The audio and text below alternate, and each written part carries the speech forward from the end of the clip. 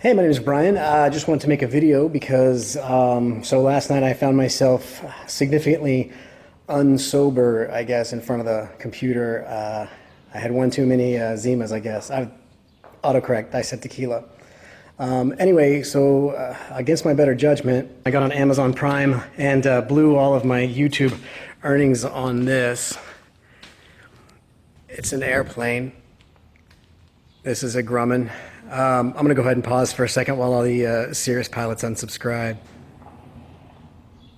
No, I'm actually kidding. The Cirrus is right over here. I keep the Cirrus. It's right here.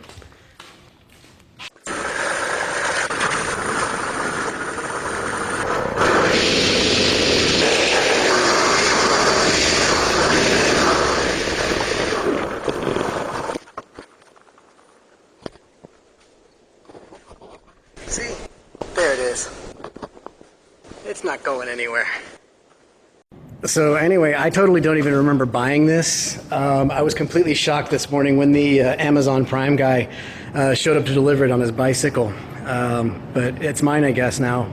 So anyway, Grumman life is a little bit different than Cirrus life. It's not all red carpets and water bottles anymore. It looks more like it's half-eaten bag of beef jerky and old cans. But oh well. I'm gonna eat that beef jerky. So now this aircraft doesn't have a parachute. I'm gonna say that again. This plane isn't safe to fly. Since this aircraft lacks some of the basics, talking about the chute again, there's a whole lot more things you need to focus on and look at before you attempt to fly it, which I highly discourage. So I want to go through a list real quick of all the things that you want to do step by step. So everything I'm about to show you here are things that I would do and I highly recommend you do before flying a Grumman or any aircraft that's not a Cirrus, okay? So you're going to want to make sure you do this. You want to knock on wood.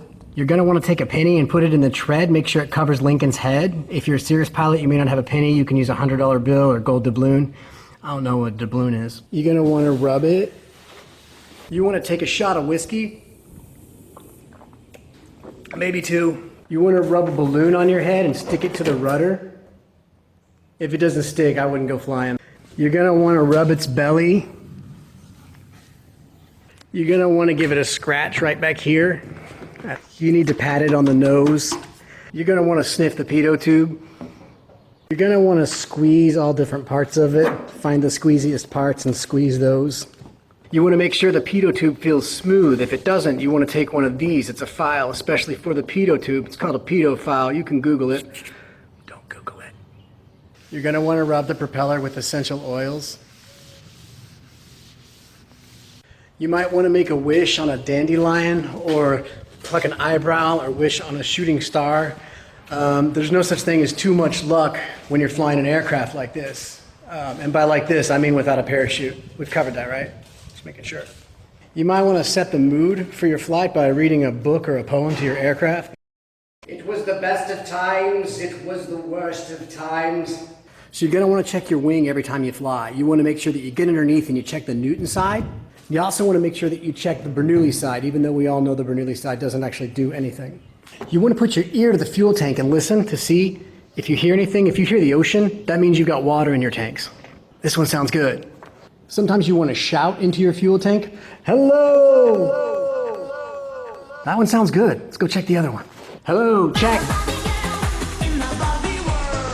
One thing you'll notice when you're looking at the wing is that it doesn't have any rivets. The wing's actually held onto the ribs by double-sided tape.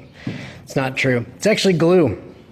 It is held on by glue, but don't worry about that. It is 45-year-old glue. So this is glue from back when glue was at the top of its game. You always want to walk around and make sure that the aircraft is wearing its wheel pants, or as my wife likes to call them, wheel shoes. I think that makes way more sense. Those are shoes, they're not pants. It's very important in this aircraft that we test the fuel, and it's much more complicated in this plane. In the Cirrus, it's easy. You just ask a guy. But here, what you want to do is it's called dipping the tanks, and what you do is you want to get the fuel. I don't know why Grumman did it this way.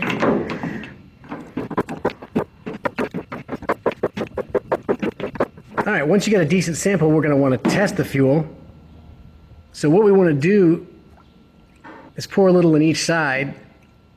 All right, a couple drops of red, a few drops of the green, All right, shake it up, and then you just want to make sure that the red stays on the red side and the green stays on the green side. Otherwise, you get a problem. This one looks great. So now that all that's done, we're going to want to come over here and look at the engine. These right here are called Goldberg hinges. They were designed by Rube Goldberg. And if you don't know who Rube Goldberg is, then they were designed by Whoopi Goldberg. I'm kidding. Rube Goldberg was famous for designing overbuilt, unnecessarily complicated machines that are clunky and weird, like helicopters. You can see here, this is a tubeless engine that was pioneered by Grumman in the 70s, and it's powered by these two Tesla coils. That's used in combination with this Vincere cylinder in the back, which they provided. It gives added lift thrust. As you come around the front here, you can see we got a brand new propeller, which was made by Macaulay Culkin. And you'll notice the tips of the propeller are painted white. That's so you'll know. All right, so I know that that seems like a lot, and it may be like a hassle, and you see a lot of people that just say, oh, let's kick the tires and light the fires, you know, but I don't think that's good. I think actually if you see a guy at an airport kick an airplane and then starting random fires, I think that's arson, and you should notify the authorities. So, well, all right, that's about all you need to know about the Grumman. That's all I know about the Grumman anyway, so what do you say we hop in and see if it flies? I mean, go for a ride. I said go for a ride. All right, we're situated in the plane now, and where the hell am I supposed to put my coffee? I don't have any kind of cup holder like I'm used to. Maybe it'll just balance right there. We'll try that. All right, lesson one. I guess there's a reason that Cirrus put coffee holders in their aircraft. I guess back in the 70s, coffee wasn't a thing. I don't know what I'm gonna do. Oh. Gross. Plane smells great, but I'll be flying on my jacket today. I need a cup holder solution right away. This isn't gonna work. All right, so here we are. We're in the airplane, and you can see it's a little bit old school. We got the older avionics. You can see here we got the 170s, and we've got the E-Man 1200 audio panel. If you're thinking of taking up smoking, then this is the plane for you, because we have not one but two ashtrays. So you and your passengers can all enjoy a cigarette together. So that's good. Grumman really wants you to smoke, it seems. It has an autopilot right here. This is called a Century 1 autopilot. They call it that because that's when it was made. This is the blue-yellow indicator, and it looks like right now we're doing okay. We're not too blue, we're not too yellow. That's good. We have a parking brake here. Under no circumstances should this ever be used in flight. This is how Jimmy Branson bought it when he was flying the Snake. What else? Behind this is a super secret thing I can't show you, so I'm just going to leave it at that for right now. What else do we have? We got a glove compartment here, and this is obviously we want to keep our gloves here because it does get cold the higher you get, and so you're going to want gloves, your passengers are going to want gloves, maybe people on the ground will want gloves, I don't know, but you got to have gloves. So people are going to wonder what this is, and this is the 1, 2, 3, 4 knob, and what it does is it indicates the number of passengers on the plane. So when you land, you don't accidentally leave a buddy behind. It's also good in emergency when they ask how many souls are on board. You don't got to waste time counting everybody in the plane. Right now I'm flying alone, so we're just going to leave it set to 1. So right here we have what Grumman calls the game changer. And what this does is it allows us to fly our own convertible. And so what that allows us to do is it allows us to actually fly with the window open. And if you're going to fly with the window open, it's a good idea to take a bit of a pool noodle with you. Because the canopy, believe it or not, the air pressure wants to force the canopy closed. And so what you do is you clamp this onto the side to hold the canopy open. And also it's good if you ditch. You got a flotation device. That'll probably work really well. And so now, while it's 105 degrees outside, I'm nice and cool in the airplane. It's also really good to have this here in case you want to throw something out the window, like water balloons or cocaine. You can reach down and feel the wing just for reassurance. One thing I like to do is stick my hand out the window and hold it like an airplane wing, like when you're a kid in the car, just for the total irony. Or you can pretend your hand's a car. That's not weird at all.